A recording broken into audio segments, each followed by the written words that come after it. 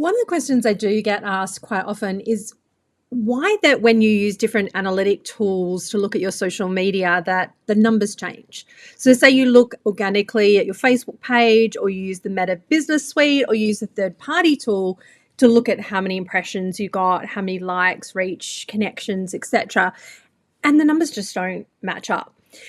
It's kind of one of those things that if you work in the digital marketing space that you just kind of need to learn to accept.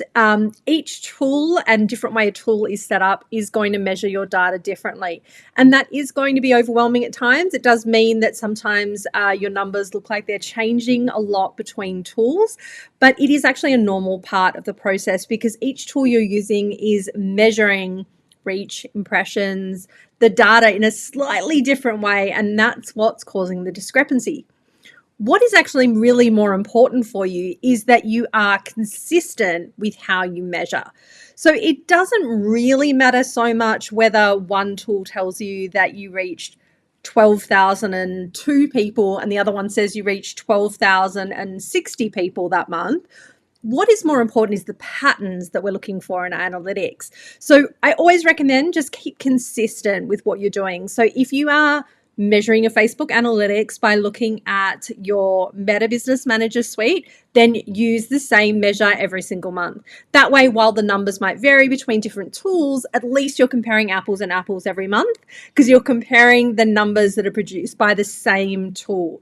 So you know that if it shows that your reach increased significantly that month, and that is a real legitimate number that you can make some decisions around your content and your social media strategy based on.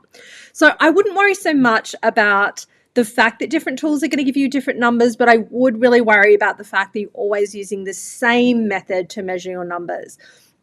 So when you create a spreadsheet that says you had this many people reached on your website, or you got this much engagement on your social media, or this open rate on your marketing, as long as you're using the same tool and the same measurement every single month, so you can actually make strategic decisions based on, did it increase, did it decrease, what worked well, what didn't, and then you'll be able to make decisions that will help your marketing improve month to month. So don't stress too much if your tools are different. If you are transitioning between two tools, there always will be a discrepancy period. It's just important to acknowledge that in your reporting and then move forward with your new tool from there. Hope this was a useful tip. And if you want to know more, check out the links in the post description below.